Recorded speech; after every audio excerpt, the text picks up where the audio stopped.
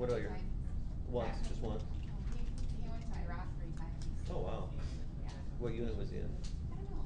That. There's a lot of You know, you said that you have to adhere to the final schedule. I've had some professors here that have started Oh, finals okay. like 15, 20 minutes early for those who wanted to show up. For So, yeah, this one tour class, group. we may be able to do it because we don't have, because this class starts our exam at 8 o'clock, 8 a.m. I know you So guys there are pay no grades. classes or no one is using the Similar or classroom different? prior to 8 a.m. Yeah. But I can't make it here You guys pay grades until to go at to, least optional. 7:45.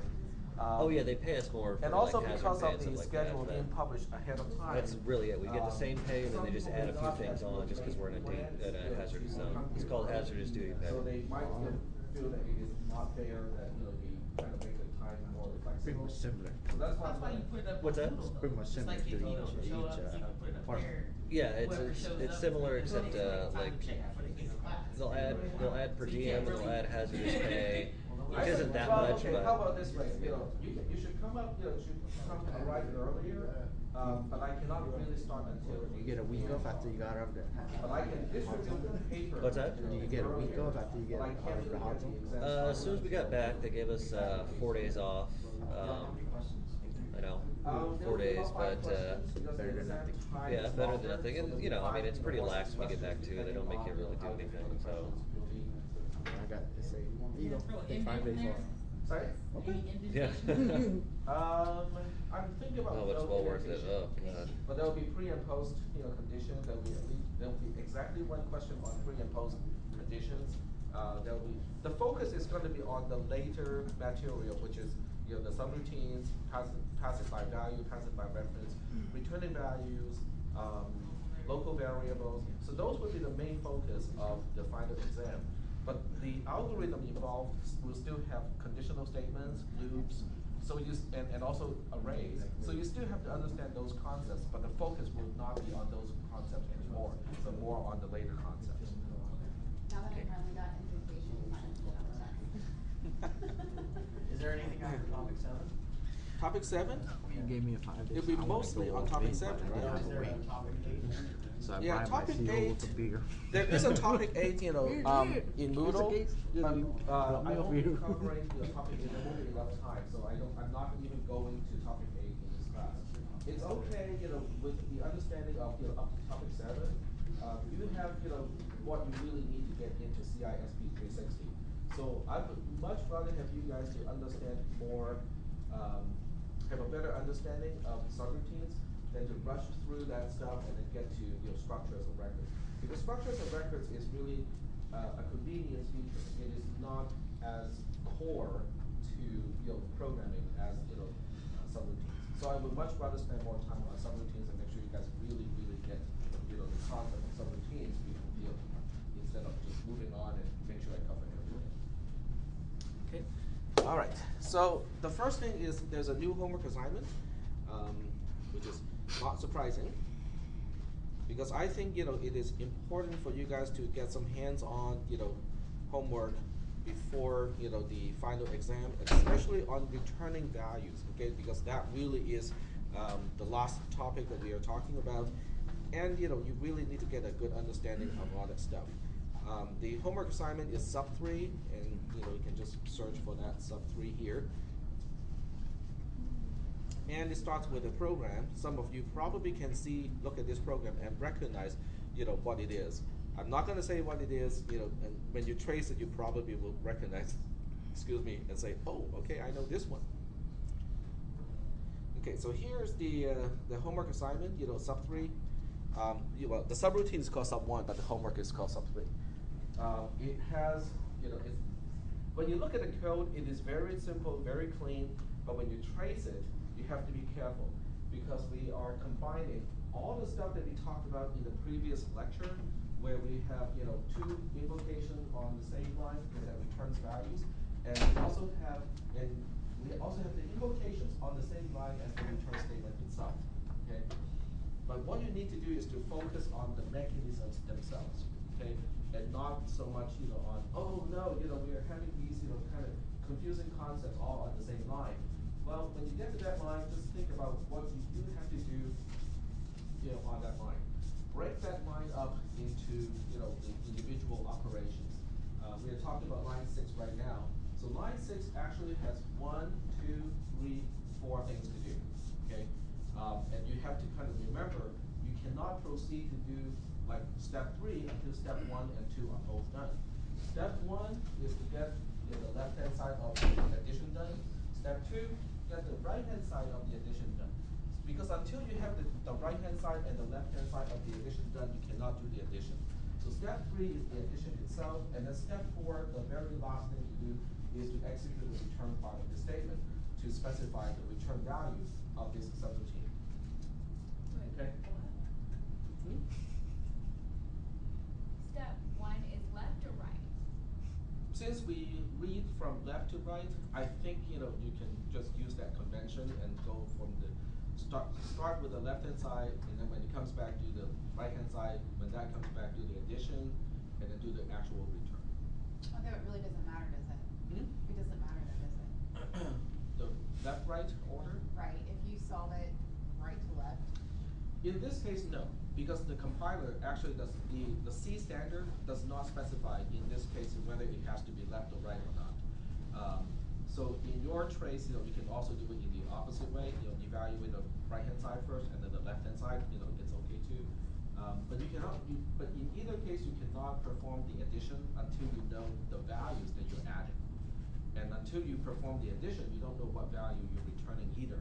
So that's why the last 2 steps still has to be kind of in that particular order. Okay. So are there any questions about this particular homework assignment? It doesn't really do anything particularly useful, except the subroutine 1 is a very famous sequence of numbers, or way to compute a sequence of numbers. Yep. I think, sorry, I can't remember the return one. Line 4?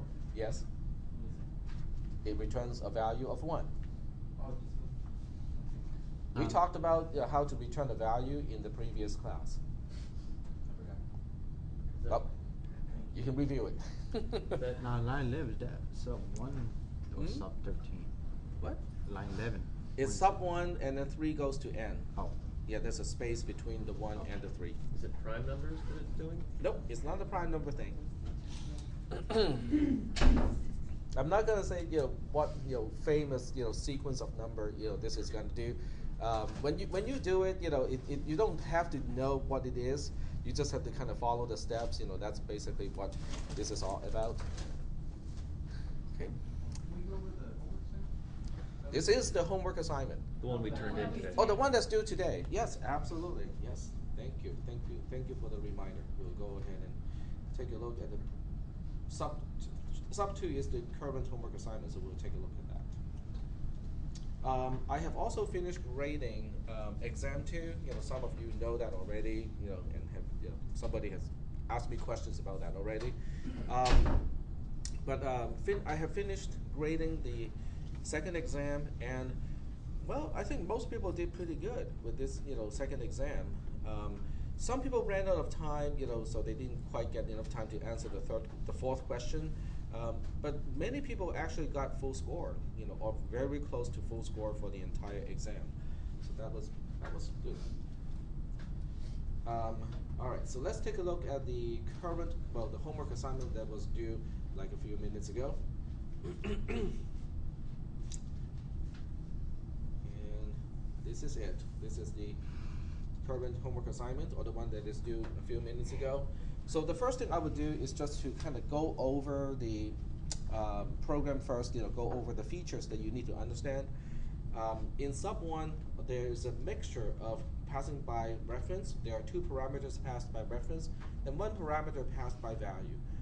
And the 2 that were passed by reference are going to be changed by the amount specified by the 3rd parameter, which is passed by value. And in here, I use x, which is a by value parameter, to specify parameter x, which is passed by reference here, and then I use y, which is passed by value, to sub 2, and I pass it along by reference to y in sub 1. And then 20 is a constant, and I use it to specify the value of parameter z, which is passed by value over here. And then outside of sub 2, the only line that is outside of subroutine definitions is just going to use 30 to specify x and 40 to specify y. And those parameters are passed by value as far as sub 2 is concerned. So let's go ahead and start the trace. And we'll take a look at the effect of this program. All right, so with this program, there are no conditions to evaluate, so I'm not even going to bother with a comments column. If you have a comments column, that's fine, but there's really no need for one. The precondition has got nothing to say either because there are no global variables. When you look at x, y, and z in sub 1, they are all accounted for because they are all parameters. 2 are by ref, x and y are passed by reference, and z is passed by value, but they're all parameters. When you look at the references of x and y in sub 2, they're all accounted for as well because both are passed by value parameters. As a result, there are no global variables.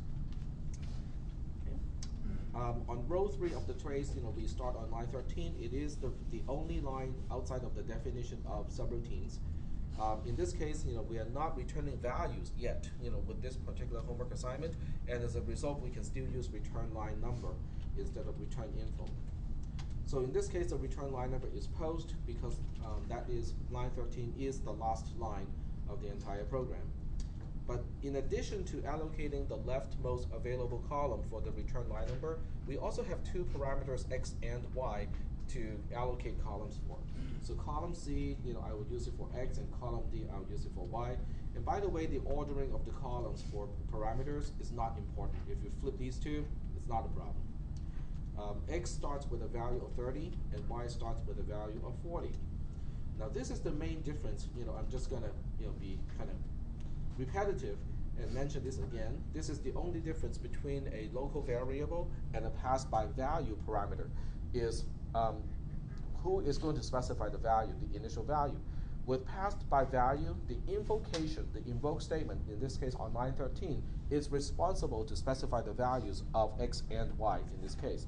If you have local variables, on the other hand, when those columns are allocated, they start with unknown values.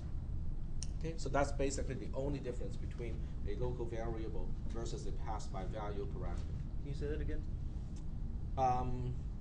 Local variables always start with unknown values, whereas passed by value parameters have values. They have beginning values that are specified by the invoke statement. Okay, now that we have the columns specified and allocated, we can now move into the subroutine starting on line 11. Line 11 is the only line inside sub 2 that actually does anything useful. It's another invoke statement, so I'm going to allocate additional columns here. I'm just thinking how to do this. I can shrink this a little bit. Is it still readable to people all the way back there? Okay. Because this is the only way I can fit the trace and also the algorithm on screen at the same time.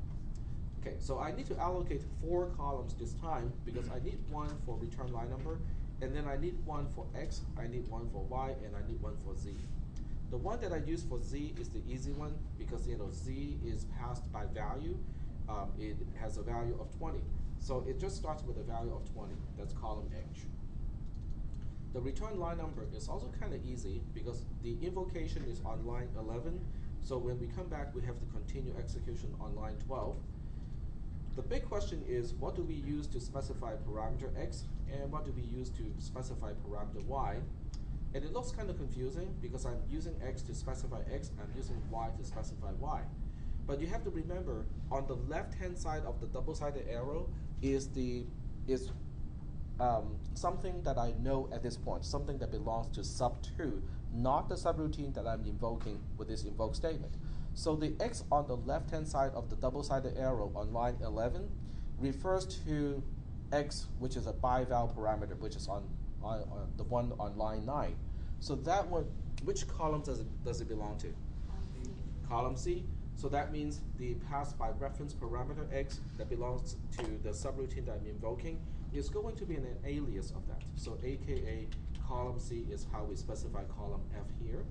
and column G is just about the same, except it's the next column, which is column D, because the Y that belongs to sub 2, the one that is invoking, has Y being a passed by value parameter, and it's using column D to store the value.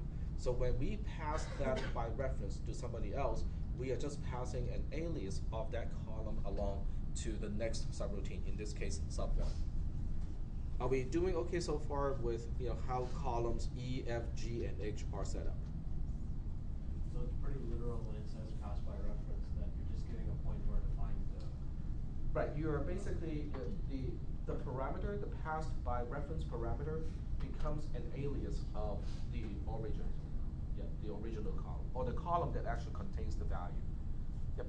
Are you gonna count off if you didn't put AKA in there, but you referenced the right column? Does it matter? If you can just let me know, it is just a reference, to another column, that will still be okay. Yeah, if you miss, like column C, AKA, C, and there are no variable C involved, in the entire program, I would still say, okay, I understand what you're saying. Yep. What about the fact that, I don't know what I kind of did, but I didn't put AKA column C because for some reason my X ended up in D. I don't know, I did comment, so maybe that's why. So is that okay? It depends on the lines 5 and 6 in the subroutine. It depends on whether they get the right things done or not. So how you document X and Y is one thing. I prefer to use AKA column C, or an alias of column C, or it refers to column C. So any one of those terms would be okay. But I want to see column C somewhere within the description because it is referring to column C. If you had a comment section, all the variables, the columns would be shifted right. Would that be okay? Yeah, if they're all shifted right, it will still be, but you still have to refer to whatever column is labeled X that belongs to sub 2. So that part has to be consistent. I have a question.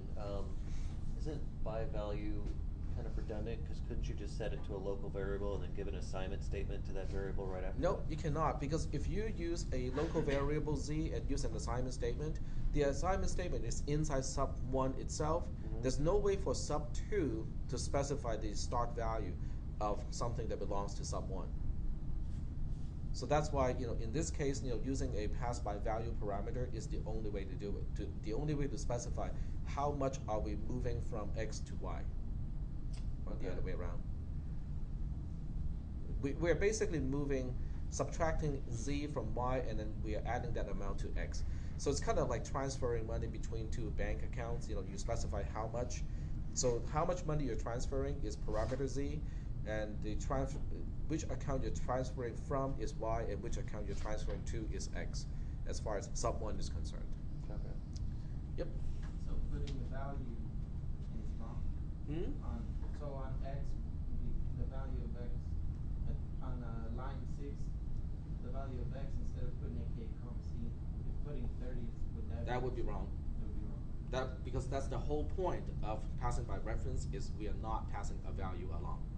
We are passing a reference, a way to find the original item along. Okay. Well, aren't you glad we have this homework assignment? Because without this homework assignment, and I ask questions in the final exam using pass by reference and passing by value, that would hurt a lot more, because then we're talking about a much higher point percentage for those mistakes as opposed to a homework assignment. So for the exam, are we turning in the trace? You're not going to turn in the traces, but I strongly recommend you guys to do the traces in order to find the answer that I need you guys to write down. So it will be kind of like exam 2, where I'm not looking for the entire trace, but I am looking for certain points. Like at this point, what is the value of this variable? At this point, what is the value of this variable? So unless you can really track a program mentally really, really well, you still have to use a trace of some kind in order to keep track of which value is what at what point of the program. So if you were to shift the columns and add maybe a comment section or something, it would be wrong. No, it won't be wrong, because I'll just be referring to variable X of subroutine so and so. So as long as your trace is self-consistent, it should still be okay. but I won't be looking for a trace itself. I'll be looking for specific answers that you can extract from a trace. Any other questions? No other questions? Okay. All right, so now that we have set up all 4 columns for subroutine sub 1, we can now move into subroutine sub 1 and start execution on line 5. Line 5 says, okay, line 5 is an assignment statement. So we always kind of have to remember, the ordering of doing something. With an assignment operation, we have to evaluate the right-hand side first, and then we use it to update the left-hand side. The right-hand side is x plus z. X is referring to the first x that we see when we scan for x from right to left. When we scan from right to left, the first z that we encounter is column F. Column F is an alias of column C, and as a result, we are referring to the value 30 in column C. That is the x in the addition. You mean Now the we first need X to look that up. we encountered, right? You said the first Z that we encountered, but you Oh, first x, yeah, the first x that we encounter when we scan from right to left. The next one that we need to add is z. Z is, there's only one z, so when you scan, you can only see one z anyway, which is 20. So we're adding 30 to 20, which is 50. The big question is, what are we doing with that value of 50? We use it to update x here on line 5, but x, once again, if you scan for x from right to left, we are finding the first x in column F. So what we are going to modify is not column F itself, but what column F is referring to, because it's an alias of another column. So as a result, on line 5, what is getting the value of 50 is column C and not column F. So this is the whole idea. This is why we have passed by reference parameters, is so that a subroutine has a way to modify a column that does not belong to it. Because somebody else, just pass along a reference and say, hey, subroutine XYZ, when you modify this parameter, this is actually what you're going to modify. Okay? A pass by reference parameter is nothing more than a call number, so that you can find the original item in the library. Instead of giving you the entire book or a copy of a book, it's giving you a call number, so you can find the book using the call number. So you don't write that in column F. You do not. Okay, that's the whole idea of passing by reference. Okay. Yep. And then on line 6, if you can get line 5, line 6 is pretty much the same thing, because on line 6, we are performing the subtraction instead of the addition. So this y, when you scan for y from right to left, the first y that you find is column G. Column G is an alias of column D. Column D at this point has a value of 40. We want to subtract 20 from 40, which gets a result of 20. The question is, where do we store that 20? That 20 is going to be stored in y, okay? But when you scan from right to left, the first y that you see is a reference to column D. So you don't store that in column G, you store it to column D, which is referred to by column G. So column D is the one that is getting a value of 20, right there. And then we get to line 7. So I would say, for this particular homework assignment, row 7 and row 8 of your trace is the key. This is what I'm looking for, and this is what I want you guys to understand, is how do we store something into a parameter that is passed by reference. Okay? If you get that part, you're doing good. If you don't get that part, we still have time to catch up. Okay? Are there any questions at this point about this particular homework assignment? When we get to line 7, nothing too exciting is going to happen, because at the end of a subroutine, we do our usual stuff. We look up the rightmost active return line number, which is column E. It tells us to continue execution on line 12. I make a note of that. And then we have no use of the columns that we allocated earlier for this invocation. So we deallocate every single column for this invocation. And note that I use the term invocation and not subroutine, because a subroutine can be invoked multiple times, and we're dealing with one invocation at a time. On line 12, it's the same story. We are at the end of another subroutine, so we have to do the same thing, look up the rightmost active return line number. In this case, it is column B. It tells us to continue execution at post, and then we have no use of these 3 columns anymore, because they are the invocation itself is coming to an end, and as a result they are deallocated. And now we continue on post, which means we're at the end of the execution. We're all done. Are there any questions about the trace of this program? It's relatively short, okay, but the whole point is to test whether we understand the concept of passing by reference as opposed to passing by value. Yeah. On line 4 of the subroutine, it On- says by value Z, Yes. but we don't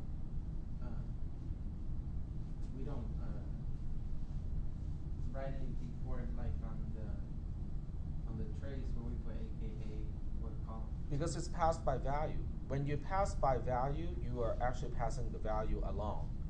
And that's why in column H of the trace, we just write down 20. So after line 6 had Z been modified, where would we have stored the value? After line 6 of the trace, Yeah, if there was another line that said, blah, blah, blah, change Z, then we would have put the value in column H. yes, correct. If we have any line, inside sub 1 that changes Z, where Z is on the left-hand side of the assignment, yes, we'll be just changing column H. And that is usually allowed. I mean, you are allowed to change the value of a parameter passed by value, even though it's usually not done, but it is allowed. Because remember what I said, a passed by value parameter is like a local variable. If you can change a local variable, yeah, you can change a passed by value parameter. It's just, usually it's not done, simply because a passed by value parameter is a mechanism to pass information from the invoke statement to the subroutine that is being invoked. So usually you don't modify, the information that is passed to you, so that you can start to do, whatever the subroutine is supposed to do. But nothing says you cannot change it. Okay. Are there any other questions about this trace? Yep. On the gradient, because like I said, on the trace for line 6, I didn't put the AKA. So how many points are usually deducted? Like, how important is that? This is the main point of this homework assignment. So I would say, a significant amount of points will be allocated to that part. I mean, there's nothing else that is worth, a whole lot of points in this homework assignment. Yep. What if we stored the values of X and Y right underneath the AKA? Like if we That would still be wrong, but it's not as wrong. Because it is still, the whole point of AKA is it is an alias and we don't store in that column. And I'm pretty sure I emphasized that a few times already when we talked about, passing by reference. I mean, I can go back to my YouTube, and check that, but I'm pretty sure that I mentioned that. Okay, any other questions? Yes? What if line 4 say pass by reference Z, but you got a value for Z? It won't work because because in order to pass something by reference, whatever you're passing by reference needs to live in a column. Oh. And 20 as a constant does not live in the column, and as a result you cannot pass 20 as a number, as a value, by reference because it doesn't specify a column. Okay. So whatever you use to pass by reference has to either refer to a column already or is a column that is storing a value. Okay. Okay. And that part is also covered, just in case, just want to kind of point out where you can find information, what do you study to get all this stuff other than, just coming to the lecture. This is all in topic 7. And just hold on 1 second, let me just kind of get this part done first. So this is all in this, oops, got the wrong one. It's all in here, and passing by reference is here, and your question that you just asked, what can be passed by reference, is answered on this slide already too.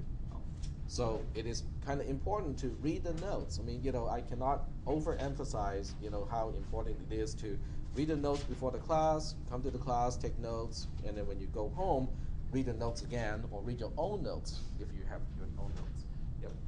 I was just gonna say, when I asked that question, I got mixed up because of the by value and by reference, but I understand now what you. Okay. So.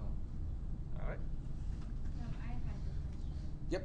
So in the last example of Mm-hmm. I have kind of a question about the trace. It's when we had line 5 and we returned 5 plus 5. Okay. Do you remember that kind of? Yeah. And then all of a sudden we just put like 7, line 7. I don't know. It's at the end of the YouTube video. It's the very last example, like the last 2 minutes of the Okay. YouTube video. I just don't understand it. Okay, well, we can definitely take a look at another, sample program that illustrates, what to do when you have a return value thing, and you have a return statement that has an invocation of other things too. So we can take a look at, a sample program for that purpose.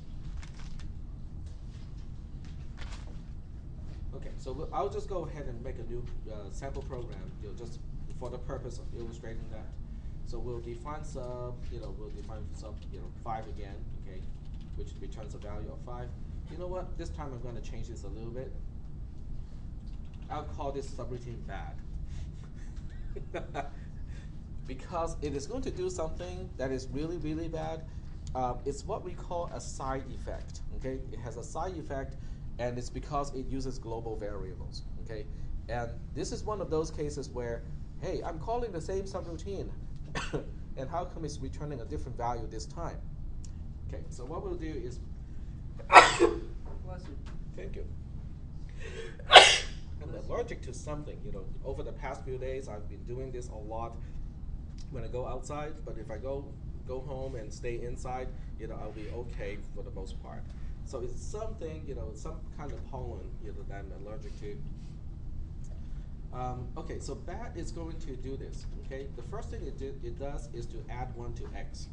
And then what it will do is it will return the value of x, and that ends the definition of the subroutine called BAT. Okay, so in this case, do we see x being a local variable, a by-value parameter, or a by-reference parameter?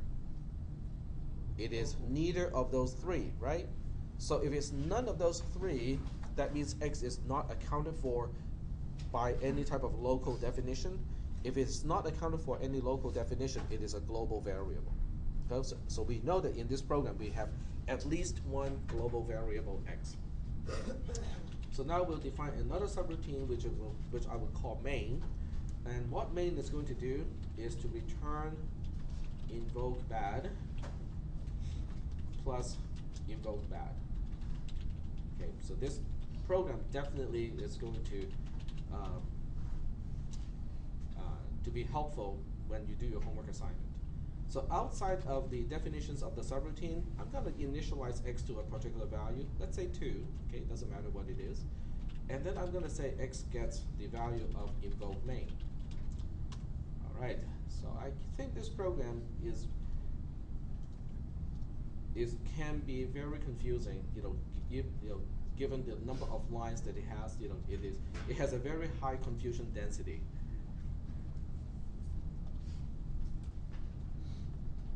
Nobody's getting that part. Confusion density, like the amount of confusion over the number of lines of code. I think this one is pretty high in terms of confusion density. However, okay, this particular program, as confusing as it gets, does not use any mechanism that we have not talked about. Okay, so it uses global variables. It has addition. It has assignment operations. It has subroutine invocation. It has the mechanism of returning something. It has the mechanism of using the value of a invocation of a subroutine right away. And that's it. I mean, all of those concepts we have talked about already individually. It's just, how do we combine those concepts and still be able to keep track of what this program is going to do. Okay? So let's go ahead and see, what this program is actually going to do in its trace.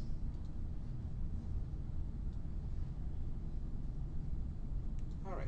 So here's the trace, in sheet 2 of the spreadsheet.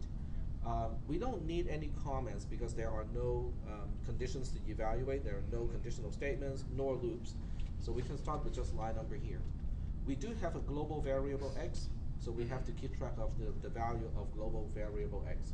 Starts with an unknown value, and this is my precondition. So we do have one global variable, but I don't need any particular start value for the global variable. The first line that is outside of the definition of a subroutine is line 8, because we do have two subroutines here. One is bad and one is main. So we start execution on line 8, which simply initializes x to a value of 2. Yep. Is x going to end up with 7? X is going to end up with 3 plus 4 is 7. Yep. But the way we get to 7, is interesting. Okay. Is there a question I can answer? Are you okay? Are you sure? Okay. Okay, so after line 8, we get to line 9. And on line 9, we're invoking main. And in this case, because main is returning a value, there's a return statement in main, we need to use return info to keep track of what else do we have to do on line 9, because we're going to come back to line 9 and finish something. So we'll say return info. And main does not require any parameters, so that's why we don't need to use any columns in addition to return info. So in the return info, we have to say, well, we're going to come back to line 9. But what else do we have to do on line 9? Well, it's just the assignment operation, because what we're doing here is taking care of the invocation. So the invocation itself is replaced by a single question mark as a placeholder of the return value of the subroutine that we're invoking. After we set up return info, which is basically just remembering what else do we have to do when main is all done, we can now proceed and start to execute in the subroutine that we're invoking, which starts with line 6. So now we're on line 6. When you look at line 6, it looks awfully bad because we have two invocations in addition and a return on top of that. But don't worry about how do we do something return like this, because you don't have to worry about the returning until you know what the sum is, okay, the result of the addition. But you cannot add until you know what is the left-hand side and what is the right-hand side of the addition, so don't even worry about the addition. But you can only invoke one subroutine at a time, so you can either invoke the one on the left-hand side first, or you can invoke the one on the right-hand side first. It is your pick, okay? There's no particular order. I do not believe the C++ standard specifies in an addition whether we have to go from left to right. So you're free to pick, okay? If you want to start with the right-hand side first, go ahead. If you want to start with the left-hand side, because we usually read from left to right, go ahead and do that too, okay? But the main point is you cannot invoke two subroutines at the same time. You got to pick one. I'm going to pick the left-hand side because I read from left to right. So I'm going to say, okay, we need a return info again on line 6 because the invocation of bad is going to return a value. Doesn't matter which one you're dealing with, the left-hand side or the right-hand side. And the way I write down in the return info is when we come back, we are still on line 6.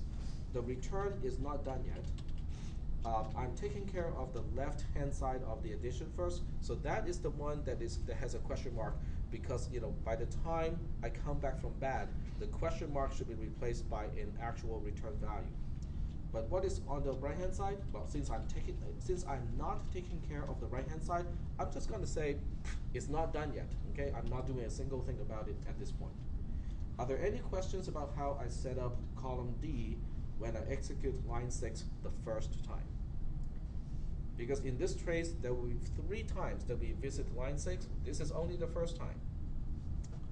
After line 6, we are now ready to execute in the subroutine called bad, starting on line 2. Line 2 is easy. We have defined these names from right to left. Okay, we scan from right to left and say which column is labeled X. Well, there's only one X, which is column B. Column B has a value of 2 right now. 2 plus 1 is 3. So we store 3 back into column B. So column B now has a value of 3. Then we go to line 3, which is return X. What is the value of X again? 3. So we are returning a value of 3. What do we do when we return a value, when we execute a return statement? We change the question mark, but there are 2 question marks here. There are 2 columns with question marks. Which one should I use? Right. The right-hand side, because we always scan from right to left. Okay. The only time we go from left to right is when we allocate. But whenever we try to refer to something or make use of something, we always scan from right to left. That's because the right one The one on the right-hand side is the most recent definition, and we always use the most recent definition available. So in this case, column D is the most recent return info cell, and I'm going to use it to specify the return value. To specify the return value, you just copy and paste it, and then you just change the question mark to the value that we are returning. In this case, we are returning 3, not x. Okay? Do not write an x in place of 3, because when you specify a return value, it is a literal value. It is whatever the value is at that point. In this case, we are returning x, and x has a value of 3, so we change the question mark to 3 and not x. Are there any questions about that part? You return a value, you're not returning an expression or something that is referred to by the expression. So you evaluate the expression, it reevaluates to a single value, and then you specify that value and use it to replace the question mark. All right, so that's line 3 is done, okay? Because all it does is to copy and paste the question mark and then change it to the value that we are actually returning. Now we proceed to line 4. Line 4 doesn't really have anything too exciting to do, except that it has to look up the rightmost return info cell. And in this case, I'm just going to copy and paste it, so this way I know what I need to do when I get back onto line 6. And then after that, I have no use of this column anymore, so I'm just going to mark it as deallocated. And now I'm back onto line 6. But this time, when I'm back onto line 6, which is row 11 of the trace, line 6 is not quite the same as the original line 6 because the left invoke is done already, okay? But I still cannot perform the addition because there's another invoke back on the right-hand side. So I cannot do the return yet. I have to do another invocation to take care of the right-hand side of the addition. When I invoke bad again, I have to reallocate column D for return info because it is the leftmost available column at this point. Yep, go ahead. So I don't have to write all of that down for the 6. I could just plainly put 6, right? Just know what to do. If you write down 6 in place of this entire thing, then you have to refer to this cell here to remind yourself what else do you have to do on line 6. You can do it that way too. Wait, I have to write, I could just write 6, but I still execute what I know. You still have to know what else is on line 6 to perform. Okay. Yeah, as long as you can keep track of that information, you can just write down 6, in the line number. Okay. So I give you a choice in this case. You can do what you just said, which is consistent with my notes, okay? Or you can do what I do in class now, which is copy and pasting the entire thing. So it's up to you to decide which way works better for you. Okay. But the effect is still the same. We're still invoking the invoke bad on the right-hand side of the addition. So we have to set up return info again. At this time, when we are done with this invocation of bad, we are coming back to line 6. But when we come back to line 6, guess what? The left-hand side is a 3 already. We know that one because this is my starting point. But when we come back from this invocation, the right-hand side would have a value as well, and I'm using a question mark as a placeholder for the time being. Are there any questions about how row 12 of the trace is setting up the return info cell? No question? Okay. So once we set up the return info cell, we continue execution in the subroutine that we're invoking, which is bad. We continue on line 2. On line 2, once again, we add 1 to x. X, when you scan for x from right to left, you can only find the global variable x, which is in column B. It has a value of 3 right now. I'm going to add 1 to it, becomes 4, and then I store it back into x. So column B is now updated from 3 to 4, and then we proceed to line 3. Line 3 is just saying use the value of x as a return value. Well, what that means is we have to look up the rightmost active return info cell, copy and paste it, and change the question mark to the value that we are returning. Since x has a value of 4 at this point, we are actually just returning 4. So this is what we do in this class. We copy and paste the return info cell. We change the question mark to the value that we're returning, which is 4 here, and we are done. We're now done with line 3, and do not replace 3 plus 4 with 7 at this point. Okay, because it is not the right time to evaluate that addition. We are not on line 6 at this point. Okay, so we don't do anything except to replace the question mark with a return statement. Now we are on line 4. Line 4, it basically has to look up the rightmost active return info cell so that we know where we are going back to. So we are going back to line 6 again, but this time when we get back to line 6, the right-hand side and the left-hand side of the addition are both evaluated already. So we'll be ready to evaluate 3 plus 4 is 7, but we don't do it now because we are still on line 4. Line 4 has one more thing to do, which is to deallocate column D, because at this point column D is not useful anymore. Now we go back to line 6, but this time line 6 has the left invoke done, the right invoke done. We know it is 3 plus 4. 3 plus 4 is just 7, so it's now returning. Now it's time to evaluate or to execute the return portion of this line. Return 7 means that we have to locate the rightmost active return info cell, copy and paste it, and then change the question mark to 7 because that is my return value. At this point, column D is deallocated. We can see that the last row has a strike through, so it's deallocated. So column C is the only one left, so we copy and paste column C over here, change the question mark to the value that we are returning, which is 7, and we are done. We are done with line 6 at this point. We do not change X at this point. We do not execute whatever statement is specified in the return info cell, because the only job of a return statement is to change the question mark, not to execute the cell after the replacement of the question mark. So line 6 is now completely done. We can now move on to line 7. Line 7 is the end of subroutine main, so it has got two things to do.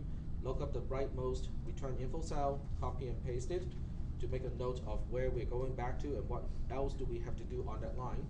And then we have no use of column C anymore, and column C as a result is deallocated. Now we continue execution on line 9. But line 9 doesn't have any invocations left to do because we are coming back from that invocation. And we can certainly change X to 7. So we can now go to column B and say you're now updated to a value of 7. And that concludes what we have to do on line 9. And as a result, we can now move on to post, and we're all done. Are there any questions about this trace?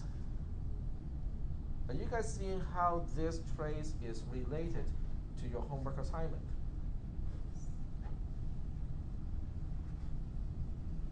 And this is also illustrating why the subroutine bad is called bad, because it changes a global variable. And as a result of the change to the global variable, each time you call bad, it will return a different value. So you can call bad like 20 times, and each time you call bad, it's going to return a different value. If you change X somewhere else, bad will also return. It will also impact what bad is going to return in the future. So I know most of you cannot really see why global variables are bad.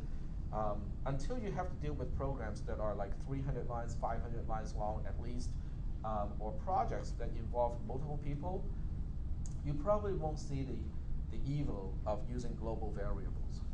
Yep. The way that I think of it is a global variable can cause more damage.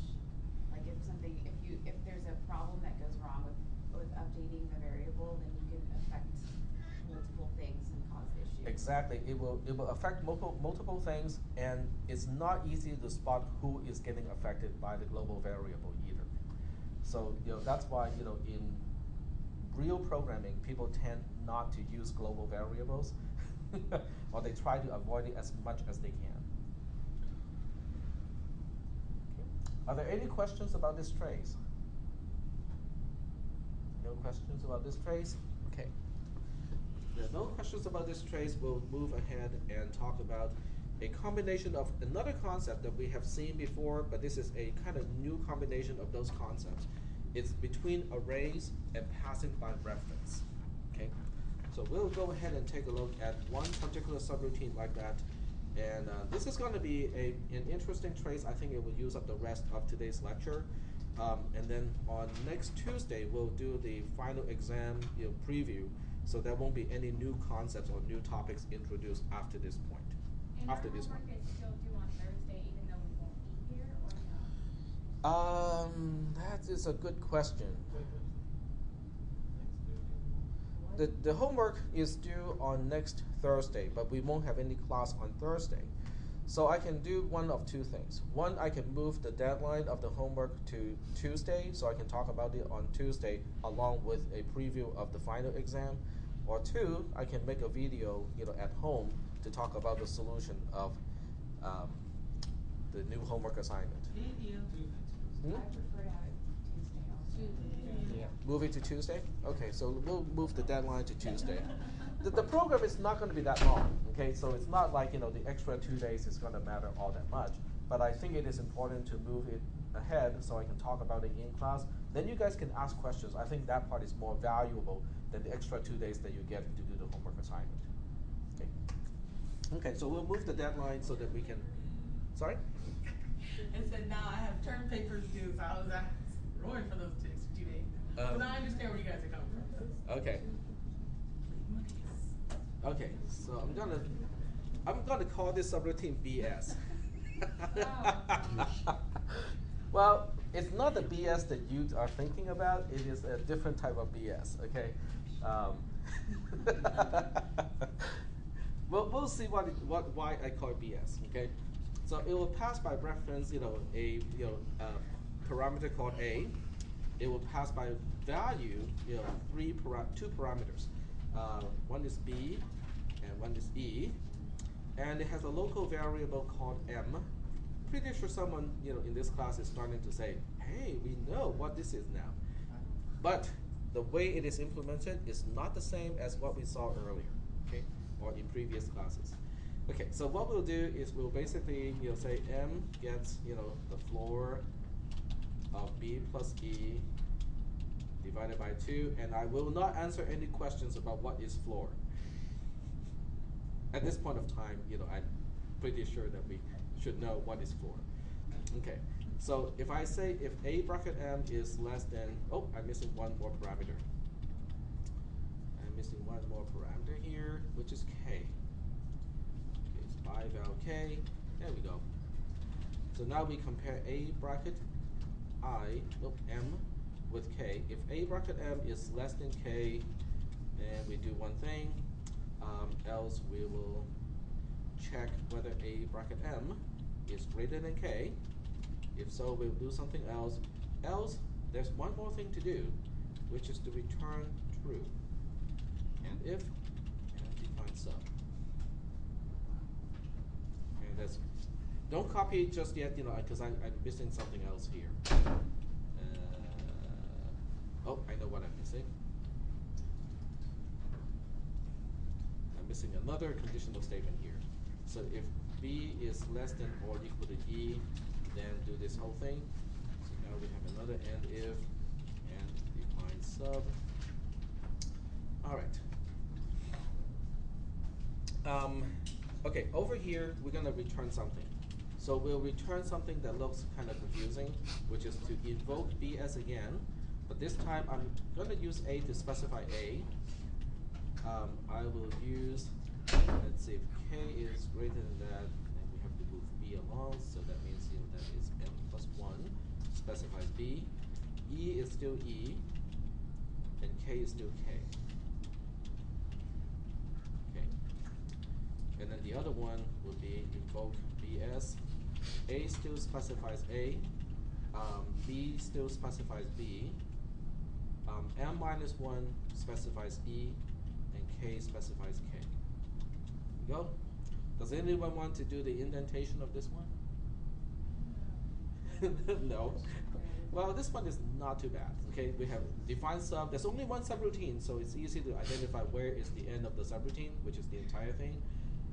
And then inside here we have a big conditional statement. This if is ended by this end if here. So everything in the middle we have to kind of indent, and I forgot 2 more lines here. So that's why I said don't copy anything just yet.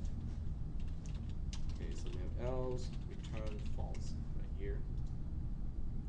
Okay, So inside this if here, we have 1, 2, and 3 possible branches, and they also have to be indented. Does anyone know what this is resembling? The use of the variable names, B, E, M, It's, K. when you're searching. Binary search. Yeah. That's why it's called BS, it's binary search. Jack, what kind of BS are you spewing in your class? Binary search. I have a question. Yep. So where it says, if, I don't even know how to say what that says, but then it says if else, what is the A with A bracket M, is that what you call it? A bracket M is Okay. array indexing. But if when it says A bracket M is less than K, else if A bracket M is greater than K, so the other else would be what, if they're equal? Yep, exactly. Okay. Yep. When they're equal, you go for line 14, I think. Yep. Right. So what we'll do is we'll define a main subroutine here. Well, maybe not. I'll just make it global, because it's just easier that way. So we'll go ahead and store the result into a variable called result, and this is just invoke BS, and I'll specify array B, which I'll define, so don't worry about that, and use it to specify A, 0 to specify B, bar B bar -1 to specify E. Line 7 if B is greater than or equal to E? Or less than or equal to? Less than or equal to. And then we have K, and I'll just use a particular value like 4 to specify K here. Okay, that's my entire program. Obviously, in this case, I need to give you an array because otherwise, what are we going to pass to A? I mean, it is implicit that A is an array of some kind because I use the index operator on A inside the subroutine BS. Yep. What is the likelihood that we'll see something like this on the file? Well, there's a reason why I talk about it now, right? Okay, so I'm going to add one more sheet, just for the trace here, and I switch to the trace window and put it here. All right, so this is the trace. It needs comments for sure. It needs line number, and it has a few global variables. Well, actually, it only has one global variable, 2. One is result, and the other one is B. But B has to be an array, and I make this one, kind of relatively short.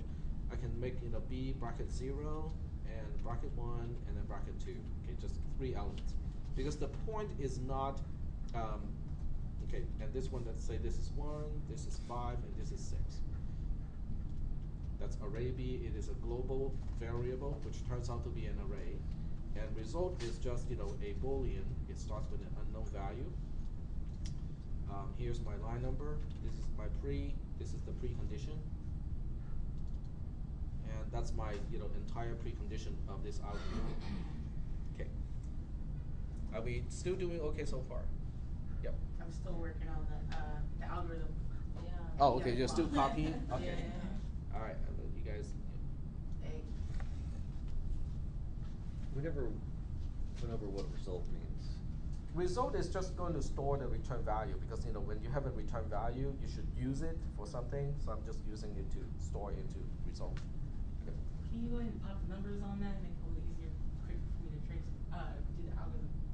Oh, okay, I see. The line number. The row number you see on the left hand side, which you may I not can't be able to see see, yeah, because of the screen. Yeah. Thank you. Sure. Let's see. This is way too much.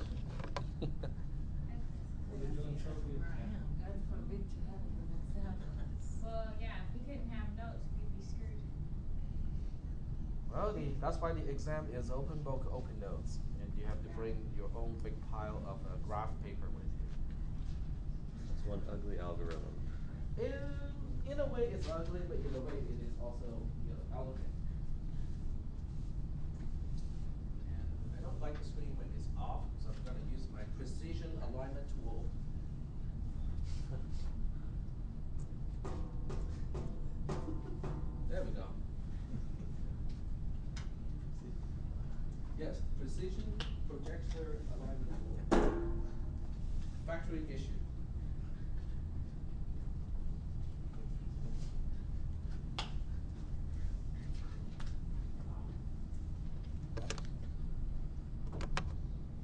Okay, there we go, much better. Okay, so are we ready? No.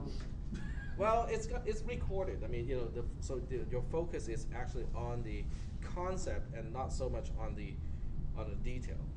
And the stuff you can copy is already being recorded. Let me just double check, make sure that I don't lie about that. And it is still being recorded. The audio portion should be running too. Yep. Yep, it is recording. Well, occasionally I forget to set up the audio channel so it'll be silent.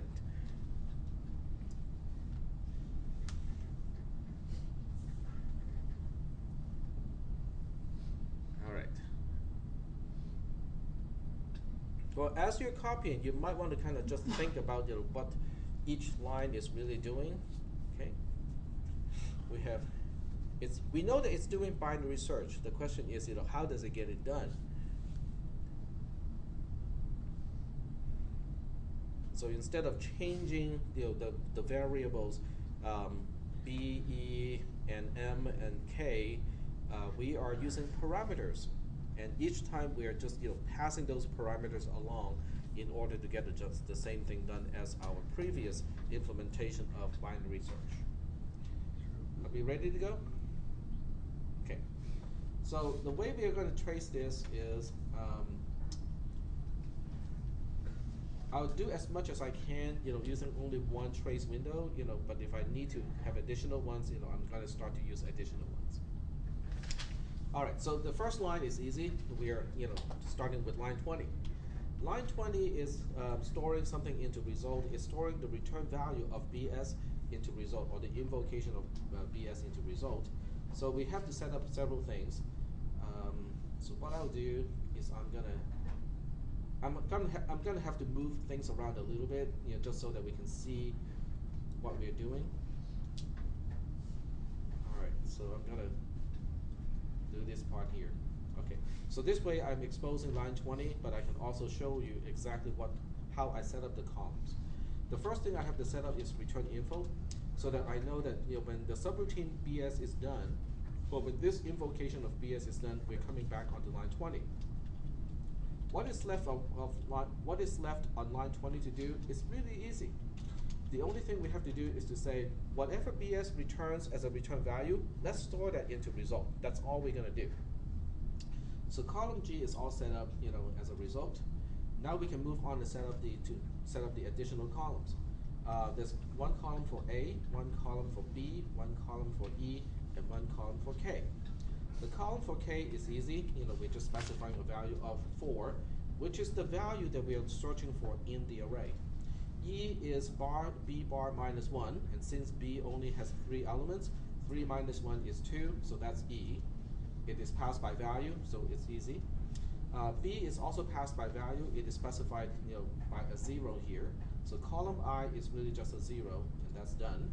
Column A is the only one that is kind of tricky because it is a combination of concepts that we haven't seen before. It is a combination of concepts because we're passing array B, the entire array B along, but by reference to parameter A of the subroutine. So the way we do this is a combination, which means column H, parameter A, is basically also known as, in this case, not a single column, but the column's range of column D to column F. Yes? Can you just raise it a little bit so we can see from 12 and down?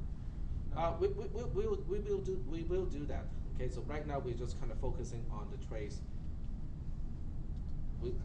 Eventually we have to go to those lines one by one in order to execute the algorithm. So are we doing okay so far with how line 20 is setting up the parameters and also the return information? There's one more column here that we need, which is M, but M is a local variable, so it starts with an unknown value when we invoke the subroutine. So there's one extra column that we have to set up here, which is M. Okay. Shall we move on? Okay, so let's go ahead and move on here. When we move on, we have to go to the first line of the subroutine that actually does something useful. Lines 2, 3, 4, 5, and 6 are all declarations of either parameters or local variables. So we start execution on line 7. Line 7 is fairly easy to evaluate. It is just an expression, a comparison. B is less than or equal to E is true. We can actually see it here because B has a value of 0, E has a value of 2, 0 is less than or equal to 2 is true. So that means we move on to line 8. Line 8 has to compute the floor of B plus E divided by 2. Well, B is 0, E is 2, 0 plus 2 is 2, 2 divided by 2 is 1, the floor of 1 is just 1. So that's okay, we can handle that one. So we'll just go ahead and update M using the value of 1. And after that we move on to line 9. Line 9 is a comparison of A bracket M versus K. A bracket M is less than K is, well, let's find out. So we want to look at the comparison. The left-hand side of the comparison refers to A bracket M. But what is A? Well, A is a reference of something. A refers to columns D to column D to column F. Column D to column F is an array of integers. It has the values 1, 5, and 6 in its elements. But what exactly is M? M has a value of 1, so we are looking for A bracket 1. But A is basically B, so we are looking at B bracket 1, which is column E. Column E has a value of 5. 5 is less than 4 is false. Are we doing okay so far with row 8 of the trace? So the key here is we track down what A is. A is a reference to a bunch of columns, which is an array. So we perform the indexing on the array referred to by parameter A. So what's? No, it's just correction. Oh, okay. So since the condition of line 9 is false, we move on to line 11 because this is a multi-branch conditional statement. So now we move on to line 11. Line 11 is performing the comparison of the same two quantities except it is looking for a different relationship. And the answer is true because we already know that A bracket M refers to column E, and column E has a value of 5. 5 is greater than K, which has a value of 4, is true. So now we perform line 11. And line 11 is, we move on to line 12. Line 12 is a return statement, but we are not really so concerned about the return part because we have to know what we are returning. What we are returning is the result of another invocation of BS. So we have to set all this stuff up, using the additional columns. Okay, so let's go ahead and take a look at what columns are we going to set up on line 12. The first one is return info. In this case, return info has to say that we have to come back onto line 12 because there's one thing left on line 12 to do when we come back, which is simply to return the value that this invocation of BS is coming back with. Okay, that's the question mark. And then we have to specify all the additional columns. A is used to specify A, but since A is already passed by reference to me, I'm just passing that reference along to the next subroutine. So A once again is just an alias of column D to column F. What am I passing to B? Well, I'm using my B to specify the new B. So the new one is just 0 as well because my B is 0. So the new one should be 0 as well. And then we move on to, I'm just thinking, is it correct? Yep, it is. Okay. And then we use M minus 1 to specify E. My M is 1. 1 minus 1 is 0. So the new parameter E of the next invocation of BS is going to be 0. The next parameter is K. I just use K to specify K. So K has the same value as my K, which is 4, because that's the value that I'm searching for. And then we have the local variable M of the next invocation. Since it's a local variable, it starts with an unknown value. So that's how we set up the additional columns. So now it's time to kind of scroll a little bit and hide some of the columns. I know it's looking kind of difficult right now.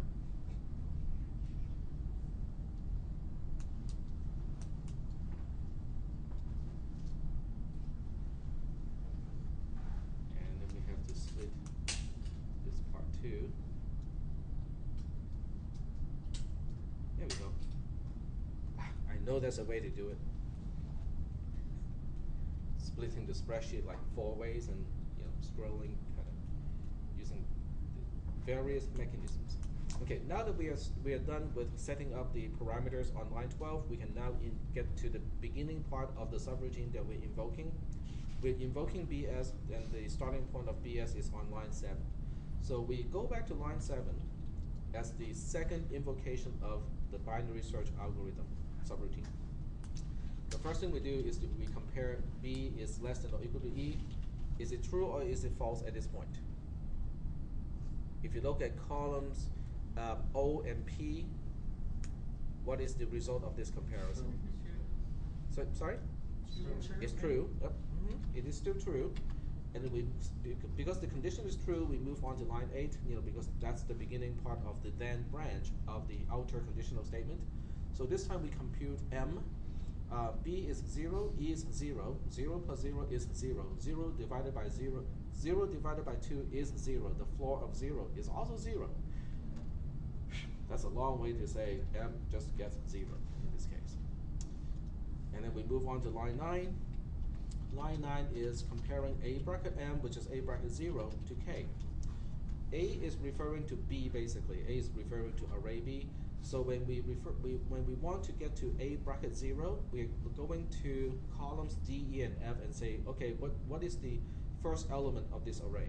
The first element of that array has a value of 1, and 1 is less than 4 is true. Yep. Can you upload this? Yeah, I'll upload it. Yep. This time I will definitely upload it because it's a little bit harder to copy and paste, so I'll just upload this one. Thank you. Yep, sure. After I upload this, when you are actually viewing this with a 1080p monitor, it's a lot easier because you can actually see the entire thing. I cannot, display the entire thing because otherwise, Right, it's hard to write all the columns. You need another piece of paper, right? You need to staple another one. Okay, so now that we are, the condition of line 9 is true, we move on to line 10. Okay, this is the last time we invoke the subroutine again, by the way. This is on line 10, and line 10, yep. Is it array A or array B? It is array, okay, A is a parameter, but it is referring to array B as a global variable. Okay. So on line 10, we are doing the invocation again. So this time I'm going to shorthand the entire thing by copying and pasting most of it, but not all, because we have to change a few things. When we come back, we have to come back onto line 10 for sure. And there are a few other things that we have to modify too. We pass A along as A, so this part is okay. We pass M plus 1 as B.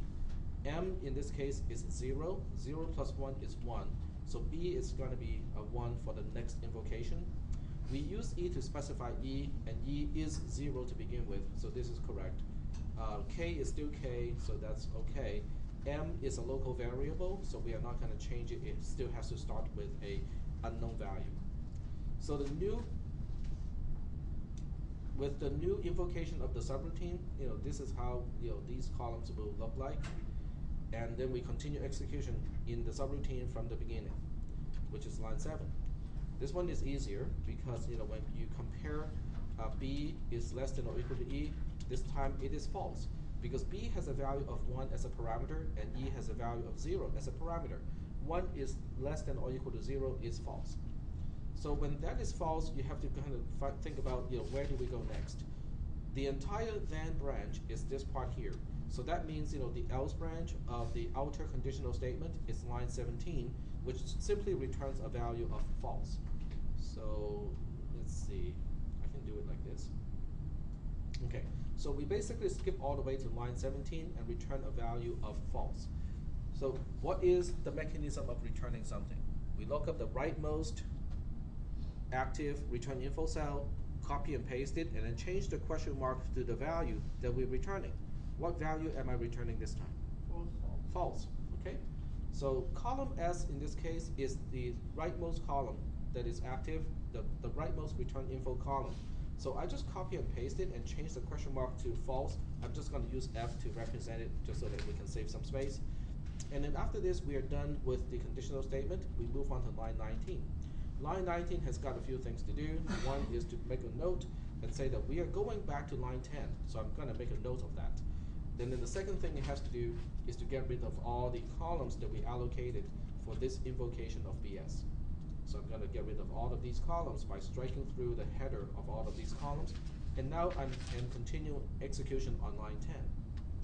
But in order to do this correctly, I have to remember that column S, T, U, V, W, X are now deallocated. I'm back onto columns M, N, O, P, Q, R.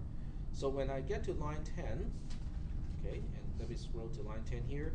Line 10 is, well, originally it looks like this, but at this point it is looking like this. So I'm just returning a value of false at this point. To return a value of false, I have to locate the rightmost active return info cell, which in this case is column M. So I just copy and paste it, and put it here, change the question mark to the value that I'm returning. What am I returning again? False, exactly. So we change this to false, and I'm done with line 10. After line 10, we get out of the inner conditional statement. After we get out of the inner conditional statement, we get out of the outer conditional statement. So we end up on line 19, after line 10. On line 19, I got two things to do. We look up the rightmost active return info cell to remind us where we're going next. And then we have to deallocate all of the columns for this particular invocation. So we copy and paste all of those column headers and just strike them through. Are you putting those values on 20 through 22 in the comments instead of the line number? Shouldn't it be under the line number? Say again? I think you moved a column over for what you just did for over all the way to the left. So see how you have 10 return false under the comment section? Shouldn't it be under the line number section? Oh, okay. I see what you mean. Got it. There we go. All right. So now that this part is done, we are now on line 12. Line 12 says here return false. And this time we have to locate, once again, the leftmost available, the leftmost active return info cell. The leftmost active return info cell is column G. So we copy and paste it again over here. And this time I'm executing return false. So that's why I'm changing the question mark to false again. And then I'm done with line 12. After line 12, we get out of the inner conditional statement. And after we get out of the inner conditional statement, we get out of the outer conditional statement. And then we end up on line 19 again. So here we have line 19. Line 19 has got the same two things to do as before. I have to remind myself where I'm going next. And then I have to deallocate all the columns that I allocated for this invocation. So those will be from column G to column L this time. So I'm going to mark all of these columns as deallocated at this point. And now I'm on line 20. Line 20 says result should get a value of false. Okay, so let's look up where's result. Result is column C. So that means column C is the one that is now getting a value of false. And then after that, I get to post, and I'm all done.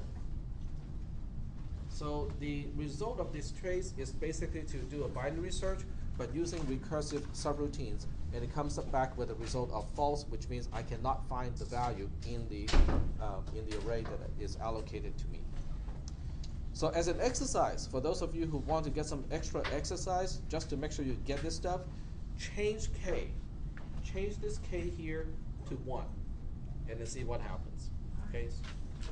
It's not a homework assignment. You don't have to do it, but I can guarantee that this type of combination of concepts will be in the final exam. Yep. Did you just change it? You said that 4 changes to 1? Huh? The 4 you said changes to 1? Yeah, change this 4 to a 1 and then retrace the entire algorithm. But that's how you're going to post, that's how you're going to save it in, No, this is the way I trace. This is the way I'm going to save it because the trace matches the algorithm. Where are you gonna upload it? Yes, I will upload it right away. In the topic 7?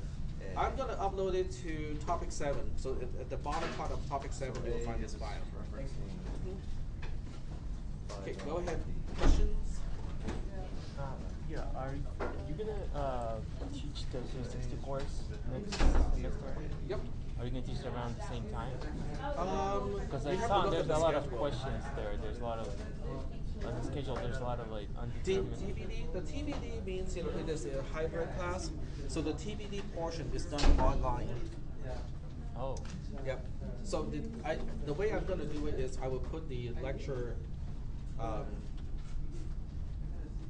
I'll do the lecture face to face, but the lab portion is going to be online. So you'll be doing the homework, quote unquote, online.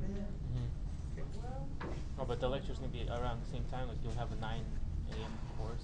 You have to look at the schedule. Oh, I you're cannot not sure remember yet. the exact schedule.